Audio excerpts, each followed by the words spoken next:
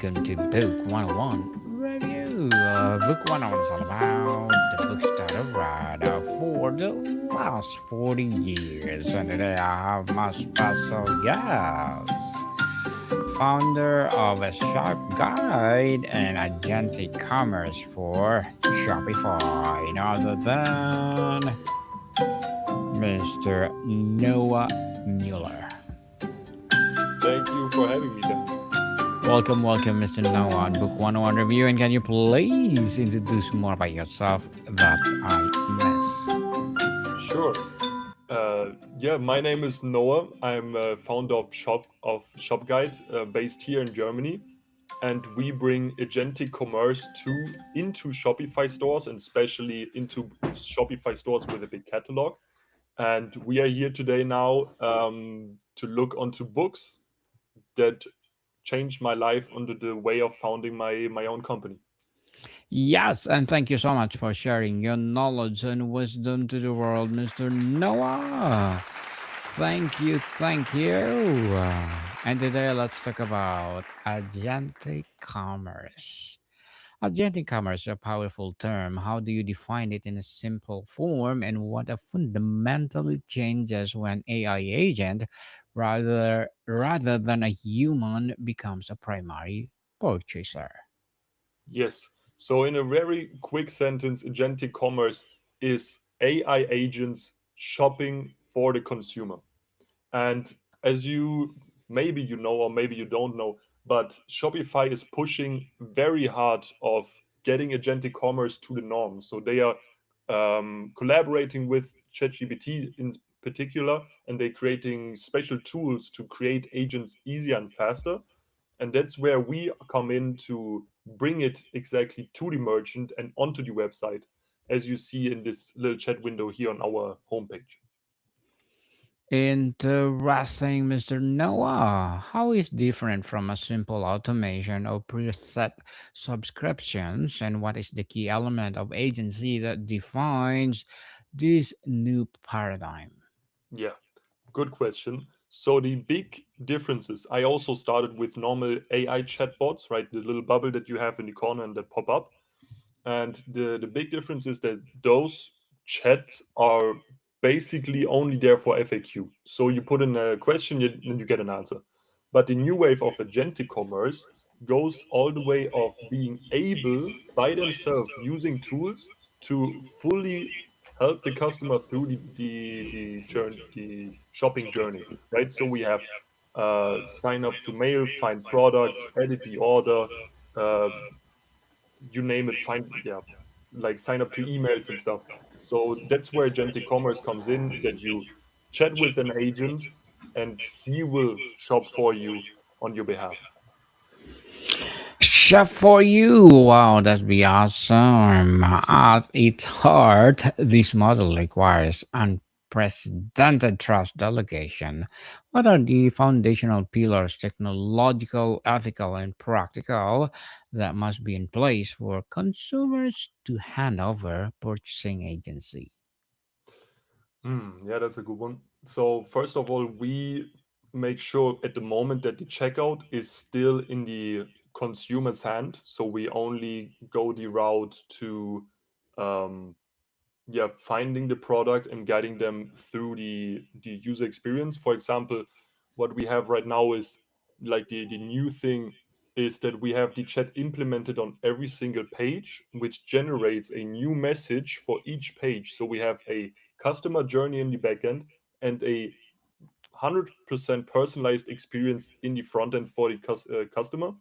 And for us in the backend, the most interesting thing is that we 100% integrate with Shopify natively. So we don't use a database to do a RAG search or to extract data, but we give the AI agent a tool to look for the products by itself. With that, it's faster, 100% live, like the data is always accurate, and it's um, cheaper for us and for the merchant in that case as well. And on the ethical side, the hardest part is to kind of get the hallucination that you know from ChatGPT, right? Sometimes it just thinks about stuff that it's not correct or it's not even there. And that's one of the hardest things that we have encountered so far. Of yeah, getting to a point where AI is always correct. Always correct. And Mr. Noah, in a world of agentic commerce, how does user initially train or set a parameters for their personal agent? Is it through explicit rules, learn preferences, or overarching values statements? Mhm.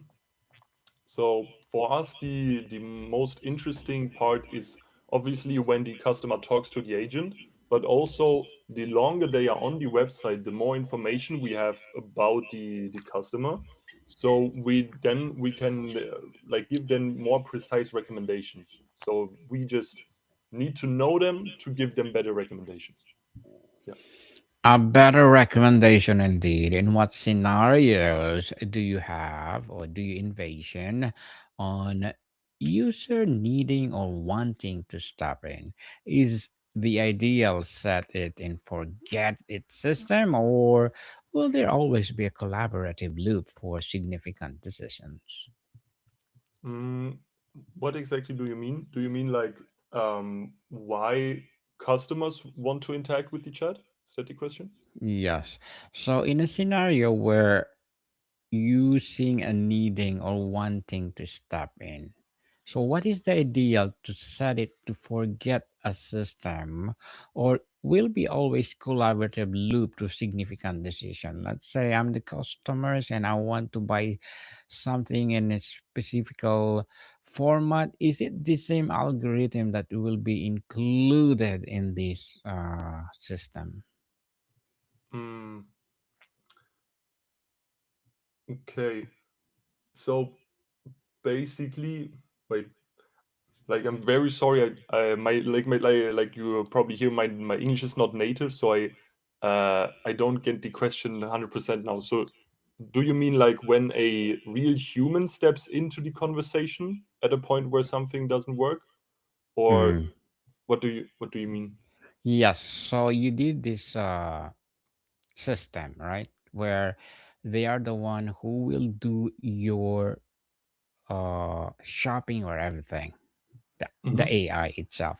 Yeah. So is does the system is the same thing to other customers that they want the same products? How will you differentiate them? Mm, okay, I think I got it. Um, so the user experience is for everyone different. That's where the 100% customization comes in, because the AI is always trained different, because it's trained on your interactions and on your card and on what kind of page you went. And with that, for example, two people who ask the same question will always get a different answer, and in best case even a better or more precise answer to find the right product that they need. And that's what we're looking for. The we basically want to connect the customer with the right product as fast and as easy as possible. Mr. Noah, let's talk about on impact and disruption.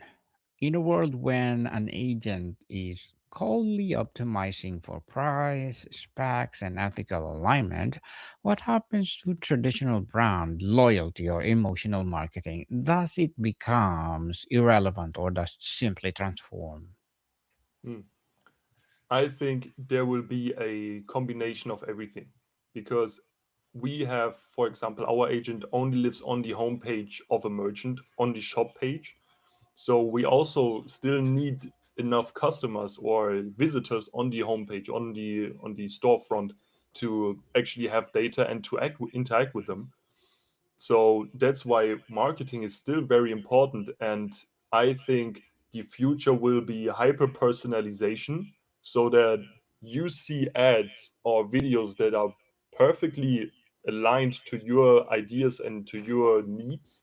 And then you come onto a website and you see the same themes. So you already feel that you are on the right path. And then in the shopping experience, You want to have it as personal as possible. For example, the realest shopping experience that you can have is when you go out in real life into a real store, right? You go into the store and someone is there and telling you, "Hey, hello, how are you? If anything is like, if you need any help, I'm here for you." And that's exactly what we are trying to recreate to get the personalization act as as big as possible as we can now have at the moment with the current tools that we have in our behalf. Interesting indeed, Mr. Noah. If e-commerce becomes a battle of agent versus agent, where does the competition or competition shift for business? Is it less about direct to consumer ads or more about being the best parameterized option for the most agents? Yeah. The biggest change that we see right now is the competition in ChatGPT, actually, or in big AI models.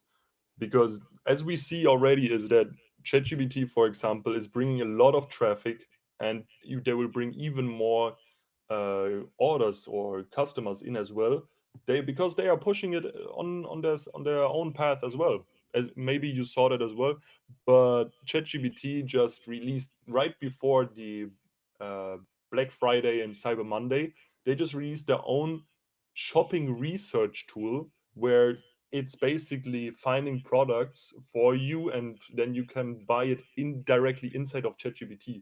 That's the future. That's also where Shopify is going, of like having the 100% of the customer journey inside of ChatGPT, like not even leaving to the actual homepage. And that's where we see the biggest change and the biggest competition in the future, because if your store is not seen by a big LLM, your products will not be sold, because AI is not giving you enough customers, right? So, do you think ChatGTP will be the next Google? Hmm. I mean, they're trying, right? They also like announced their new browser Atlas, so they now have their own browser. They are trying to do it, but right now it's still very vague, because the whole AI space is super fast, right? We have a model here, and then another better one comes up, and another better one. And for example, right now, some guys in the space say that OpenAI is kind of reaching their limit, because other models catching up very fast and very good. For example, with Nano Banana 3 Pro being the newest best model for image generation, or the new 4.5, I think it was Opus of Claude, which is now the new coding model, the best coding model of the world. So it will be very interesting if OpenAI will be the new Google, or if maybe a totally different one that we don't think about yet. Mr. Noah, what happens to the entire economy of impulse buying and persuasive marketing when a rational or an emotional agent stands between the stimulus and the purchase? Hmm. Yeah, that's the question I have for myself as well. I just see the potential of either the shopping gets even more, so the consummation. I'm not sure if that's a word, but you know what I mean. Like if Yes. consuming gets more, right? Because people just get overwhelmed with the perfect ad, with the perfect explanation why you need that product right now. Or we have the different change of people being more aware of their consummation, and with that also needing more information and taking more time to inform themselves about products, to then after like a longer time frame, only then buying a product. That's the interesting thing about the future that we don't know. Yes, looking forward for that. We don't know, right, Mr. Noah? Looking forward. This model requires a deep, intimate access to user data. preferences, and life patterns. Who owns and controls these critical data? The user, an agent provider, or the platform? Hmm. So yeah, we because we are based in Germany, we still have to be very careful about critical data, right? So I heard some funny stuff about the USA where data is basically like like air. So as soon as you have it, you can do whatever you want with it. But here in Germany, we have to be very careful so we don't like get any funny data. So only very broad and anonymous data is what we use for our chat. So for example, on which page you are or what you have in your card, right? So that's, I think that's data that's fair enough. But everyone basically can interfere with that. So we can interfere it and say we don't want to have that installed or saved in our database. The user himself can contact us, and as soon as they want to have something deleted or so, we will do that as soon as possible. And also the merchant can see every single chat, so they can also see the information, but also delete it when they don't want to have it, yeah, live on their website. Mr. Noah, tell us the not the could malicious actors hack purchasing agents through manipulated reviews, fake product data, or deceptive parameter setting. What does security look like in this ecosystem? Mhm. So the Shopify is actually very good at that. So while developing the app, I encountered multiple problems of course header um, allowance, right? So basically, every single interaction that comes into our app has to come from this precise Shopify website. And if that's not happening, then the whole program we had, whole AI, the whole data extraction is not working at all. And then obviously after that we have multiple security steps for the database, for the product retrieval, and so on. So yeah, I think the biggest problem for some, not for us, but for some LLM users is that you can kind of hijack or jailbreak the LLM itself to give you information that's not suitable for the end consumer. But for our agent, it's not possible because the agent doesn't have any tools that would give the user an information that they shouldn't see at all. So that's where, for example, you can get the order data, the product data, but that's what you're supposed to see, right?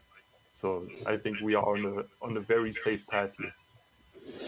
So, Mr. Noah, what are your short-term and long-term goals as agentic commerce? For now, we are reaching for the Build for Shopify badge. So in the Shopify store, App Store, there's a little badge for apps that reach a certain amount of installs and reviews. And then it's called Build for Shopify. That's what we reach for right now. So we're looking for more merchants to try the app. Have implemented A/B test to really prove that our app is working. And we just finished our first case study where we proven that Shop Guide actually increased the AOV, so the average order value, by up to 40%.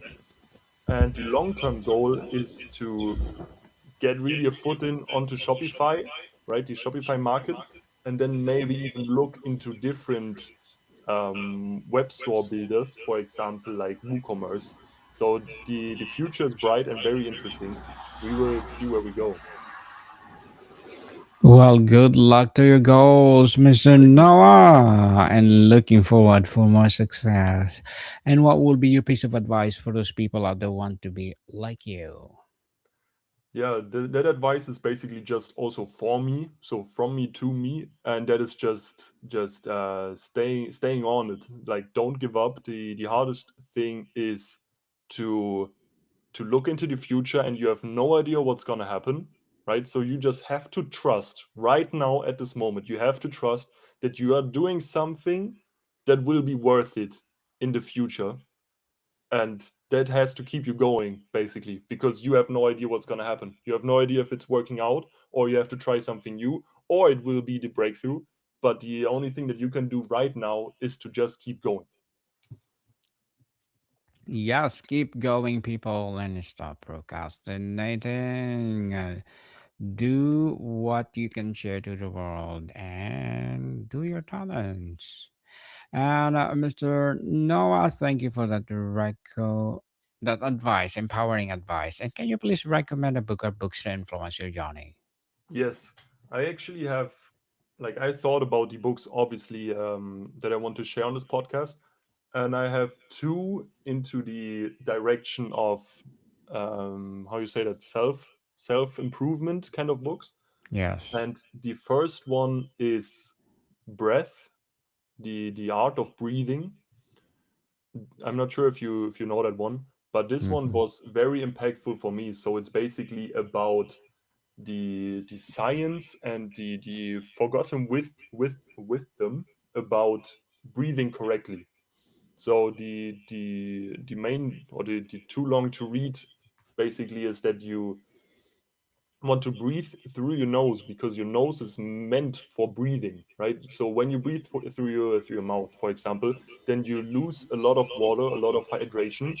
The air is not getting filtered from the particles from whatever's in the air. And third of all, uh, it's not getting on the body temperature. So for example, you're breathing cold air in, and it's gonna be cold in the inside. But with the nose, it will be filtered because it has like little hairs and spirals in it. It will slow down the dehydration.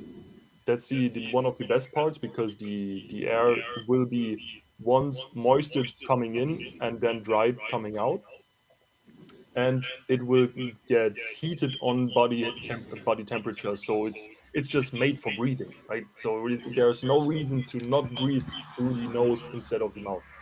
That one was very impactful.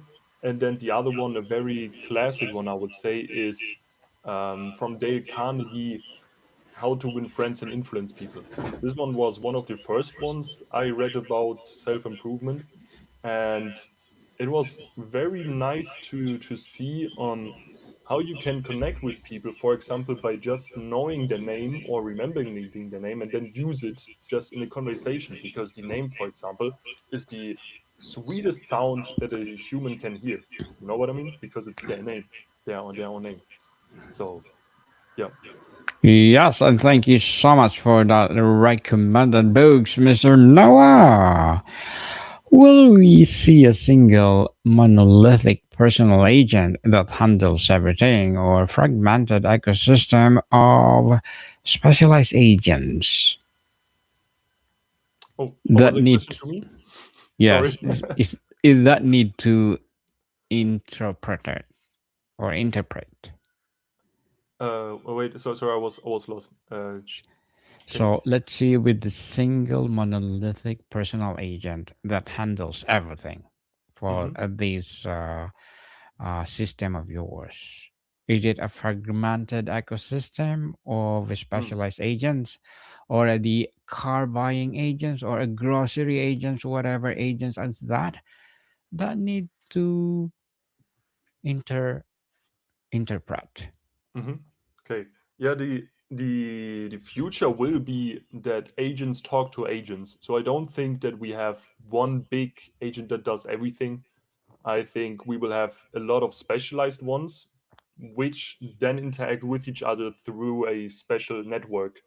Yeah, and that's where we also want to head. The shop guide will be accessible from LLMs, for example, so that they can talk to and with each other. Interesting, Mr. Noah. Does agentic commerce naturally evolve into agentic life management, where these agents don't just buy things but also manage schedule, health appointments, and household logistics? Yeah, for sure. I'm pretty sure that that's going to be a thing, especially for there are a lot of tests and already use cases where AI is in the health space, for example. And then when we see the evolution of real AI bots, right? These humanoid robots that will work for you in your own home.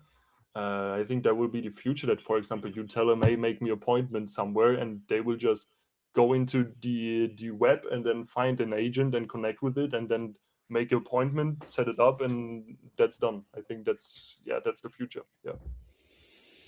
That's the future indeed of, wow, consumers and economic future. Yeah. What or while it automates purchasing, what new roles, professions, and skills will this era create? Yeah, so for me, for example, what you can see right here, I basically vibe coded this app, right? So I built it with AI, and just an example of AI is bringing a lot of new workspaces here, because one, AI is so new that we don't actually know what's possible, right? And then we need people to use it in a right way, and then the third step is we need more people to imagine cool stuff that's possible. Because at the end of the day, AI is only a tool to work on our behalf, and we need to have the ideas. We need to be the creative force behind the AI to actually do something at all, right? So the AI needs input, and we the one who give input, and that's where the the new era is coming from. Yeah. Mr. Noah, before we wrap up our discussion for today, I'm inviting you to please don't listen to my other podcast, people, because my abstract essay is already in fifth season, abstract poetry in second season, and my book 101 review in fifth season too, comedy 101 in third season, and my food 101 is sixth season. This December, geography 101, love letters, movie 101, music 101 are fourth season. Science 101, Sex 101, second season of my baby podcast, Law 101, Mental Health 101, Bible Verses 101, and coming this December, Entrepreneur 101. Please listen to them wherever you Nice. listen your podcast. So, Mr. Noah, for traditional commerce business, hearing about these today, what is the single most important thing they should start doing or thinking about to prepare for an agent? Yes. So for sure, guys, listen to the podcast. It's a blast to be on here. And for the advice, the most important thing that I see and that I learn already is that data is the thing. So we what we see, for example, with our agent is that we need good product data to recommend it to people. So also for ChatGPT and all the other LLMs, the most important thing is data. A good structured product data, good structured website data is the future. So when you're hearing this, make sure that your data is correct and up to date and in a nice structure to be seen by AI and LLMs at all. To be seen, indeed. And thank you so much for sharing your knowledge and wisdom to the world, Mr. Noah. Thank you for having me, Danny. Thank you, thank you. And can you please invite our listeners to support your business, your advocacy, or whatever projects that you're doing right now? Yeah, just visit us on LinkedIn, visit us on our homepage. On LinkedIn, we have a growing community of interesting people in the agentic commerce space. On our homepage, we feature our new case studies and new blogs about the agentic commerce space. And now we are also starting our own YouTube channel, again, Shop Guide, where we like break down the news and upcoming trends about agentic commerce for Shopify users. Yes, people, that's about Mr. Noah Müller. Because if you support him, for sure, more and more Nice. agentic commerce will rise. So, Mr. Noah, thank you so much for your time. Thank you so much for having me. Modicon people, see you soon.